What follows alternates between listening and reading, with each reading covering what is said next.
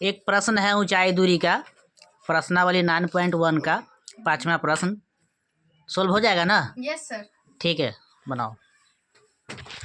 देखो प्रश्न ये है, एक सेकेंड, कि भूमि से 60 मीटर की ऊंचाई पर, कितना मीटर की ऊंचाई पे? 60 मीटर ऊंचाई पर एक पतंग उड़ रही है। क्या उड़ रही है? पतंग उड़ रही है। पतंग में लगी डोर को, है ना, अस्थायी रूप से भूमि के एक बिंदु से बांध दिया गया है ना।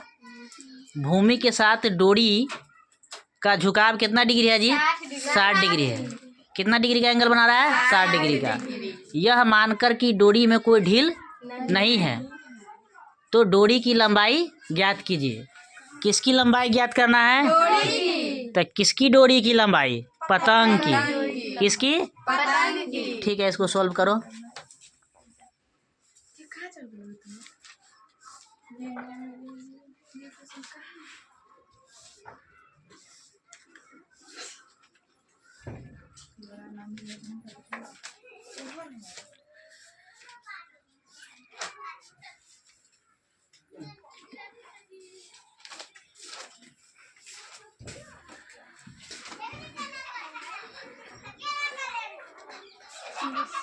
अच्छा, ऊपर जो बनाई हो वो क्या है? पतंग। पतंग है। ठीक है, ठीक।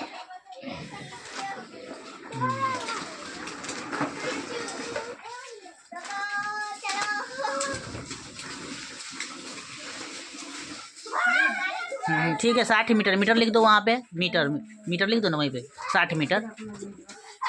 वहाँ वहाँ लिखना है ना, पतंग की डोरी की लंबाई है ना। हाँ, ऊंचाई है ना। अच्छा, ठीक है।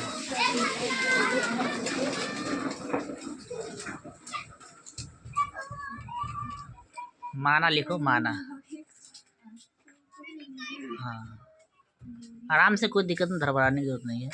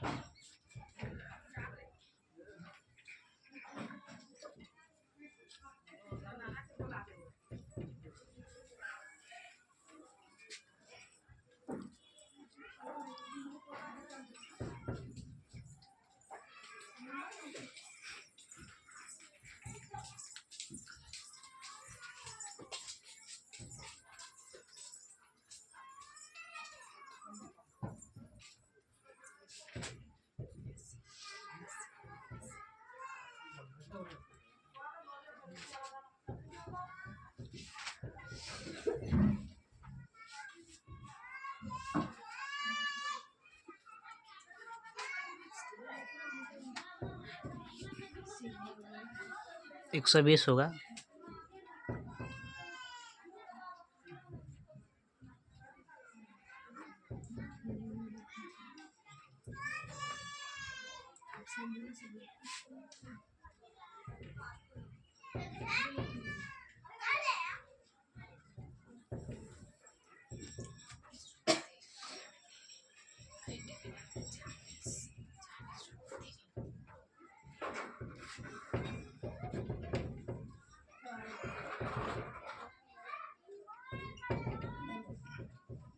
चालीस दे तो जीरो बनाओ उसको अच्छा से।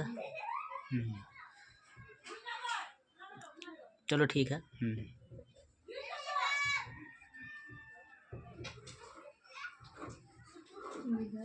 ठीक है, यहाँ देखो, सबसे पहले वहाँ क्या बनाया हो? पतंग। पतंग है ना, समकोण त्रिभुज ना। चलो वहाँ जाओ ना। अच्छा, एक सेकेंड, एक पतंग क्या हो रहा है? उड़ रही है ना। तो कितना ऊंचाई पे पतंग उड़ रहा है? 60 मीटर। कितना मीटर की ऊंचाई पे? 60 मीटर। हाँ, अब पतंग द्वारा जो कोण बनता है कितना डिग्री का बनता है? 60 डिग्री का। 60 डिग्री का, है ना। तो हमको इसमें किसकी लंबाई ज्ञात करने के लिए कहता है? डोरी की। किसकी? डोरी की। तो वहाँ पे डोरी लिख दो, ये जो AC है डोरी, तो ये किसकी डोरी है? पतंग की। पतंग की डोरी है ना। तो एक समकोण त्रिभुज बन गया ना। कौन सा त्रिभुज बन गया? समकोण त्रिभुज AB और C, है ना। तो सबसे ऊपर क्या लिखे हो वहाँ पे? माना डोरी की लंबाई बराबर AC, क्योंकि हमको किसका मान निकालना है? डोरी की। तो किसकी डोरी की? पतंग की डोरी की। हाँ, तो उसके बाद क्या लिखे हो नीचे? आकृति से। आकृति का मतलब क्या होता है जी? चित्र ना। क्या होता है? चित्र से। ठीक है, बहुत अच्छा। साइन थीटा बराबर लंब बटे कर्ण। हाँ, तो वहाँ पे हम साइन थीटा क्यों लिए हैं? साइन थीटा क्यों ले लिए? क्योंकि लंब और कर्ण का अनुपात होता है साइन थीटा, क्योंकि लंब का मान दिया हुआ है ना। ऊंचाई मतलब लंब का मान दिया हुआ है, तो वो और डोरी की ऊंचाई लंबाई ज्ञात करनी। हाँ, तो एक सेकंड ये बताओ कि 60 मीटर जो है तो उसको हम लंब कैसे माने? क्योंकि थीटा के सामने वाला भुजा क्या होता है? लंब। थीटा के सामने वाला भुजा क्या होता है? लंब। तो थीटा कहाँ पे बन रहा है? ए पे ना। हाँ। तो ए के सामने वाला भुजा क्या हो जाएगा? लंब। क्या हो जाएगा? लंब हो जाएगा। ठीक है, बहुत अच्छा। तो वहाँ पे क्या लिखे? साइन थीटा बराबर लंब बटे कर्ण। कहाँ है? साइन थीटा बराबर लंब बटे कर्ण। हाँ, बहुत अच्छा। ठीक है, उसके नीचे साइन थीटा का मान नहीं चलेगा। हाँ ये डिग्री। हाँ, ठीक है, मतलब थीटा का मान चलेगा। तो थीटा का मान कितना है? 60 डिग्री। बहुत अच्छा, बहुत अच्छा। और उसके बाद लंब क्या है? दिखाओ लंब। BC। लंब क्या है? BC। तो हम क्या लिख दिए? BC लिख दिए। ठीक है, बहुत अच्छा। उसके बाद कर्ण। कर्ण क्या है? AC। कहाँ है AC? ये। हाँ, AC, बहुत अच्छा। तो उसके बाद क्या किए हैं? AC लिख दिए। हाँ, ठीक है, ठीक है। अब साइन 60 डिग्री है ना। साइन 60 डिग्री का मान। डिग्री का मान चलेगा। हाँ, तो √3/2। हाँ, साइन 60 डिग्री का मान कितना होता है जी? अरे बोलो ना जोर से, कितना होता है? हाँ, √3/2। हाँ, उसके बाद बताओ।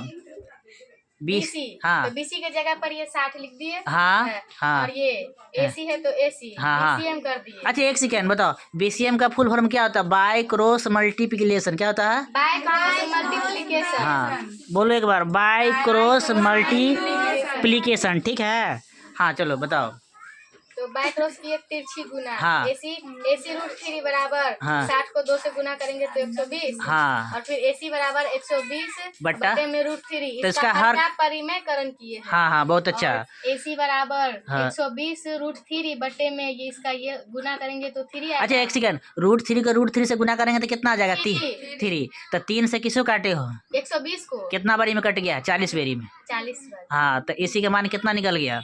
AC का मान हाँ 40 √3 मीटर। हाँ, तो 40 √3 मीटर जो आंसर आया है तो किसकी लंबाई निकला है? पतंग डोरी की। किसकी? डोरी की। क्या ये सवाल जो बनाया है वो सही है? Yes sir. सही समझ में आ गया ना? ठीक है, धन्यवाद कोशिश करने के लिए।